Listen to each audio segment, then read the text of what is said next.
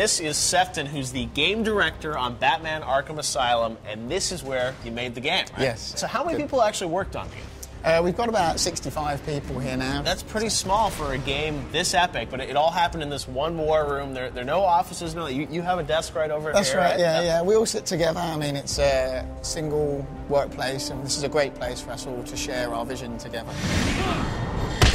So how did you guys fall into making this game? I mean, most people probably aren't really familiar with Rocksteady Studios, and here you guys are building one of the most anticipated games of the year. How did this all come about? Our first game was Urban Chaos that we did on PlayStation 2 and Xbox, and then we worked on some concepts with Eidos, and then Eidos acquired the Batman license and came to us because of the concepts we were working on.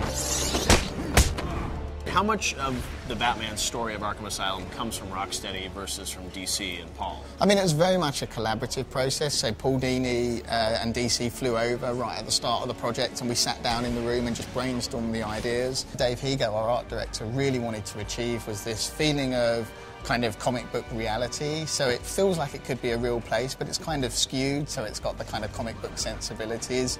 What was good is that as they initially saw what we were doing, they got a lot of confidence in what we were doing, and they allowed us a bit more freedom to push Batman and push Joker. Crap out of you.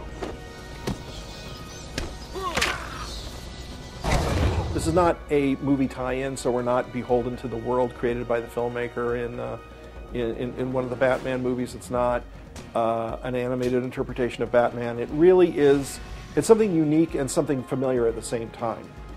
It's a totally different look than the audience has seen before for the animated show or the movies.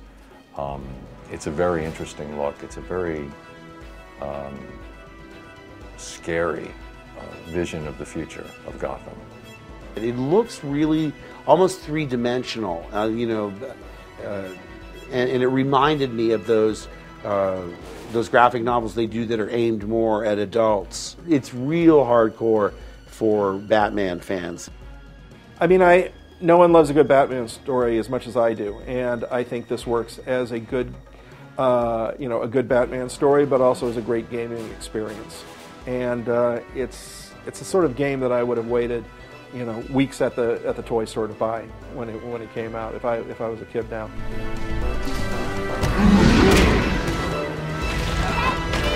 I know you did.